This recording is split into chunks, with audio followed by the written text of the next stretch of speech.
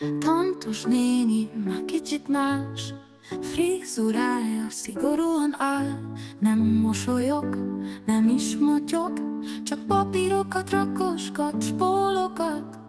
A sarokban ül egy néni, tablettel és pötyög rémülten. Teljesítmény, értékelés, ez suttogja Pisti. Ez most komoly lesz.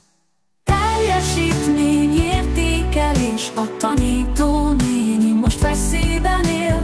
Megfigyelik, hogy mit csinál, de mi csak rajzolunk tovább egy unikornis szál. Tanít-e rendesen? Kérdi a kérdés. Használ-e differenciált értékelést? Motivál-e aktívan? Hűha! Közben Peti a falra ragaszt egy lufit. Integrálja a technikát. igen, a nyomtató ma megint megállt. Értékel-e fejlődést is? Hát, Zsófi ma legalább csak egy táskát dobált. Teljesítmény, értékelés, a tantusz néni a legmenőbb. Megtanít, ha sírunk vagy vihogunk, és mindig tudja, ki hagyta a kulacsot a pokolban ott túl.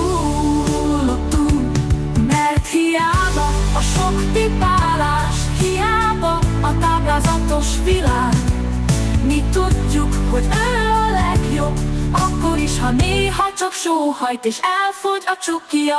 Teljesítmény ide vagy oda, a tanító néni a micsoda mama. És ha majd megnövünk és híresek leszünk, a portás néninek is róla mesélünk.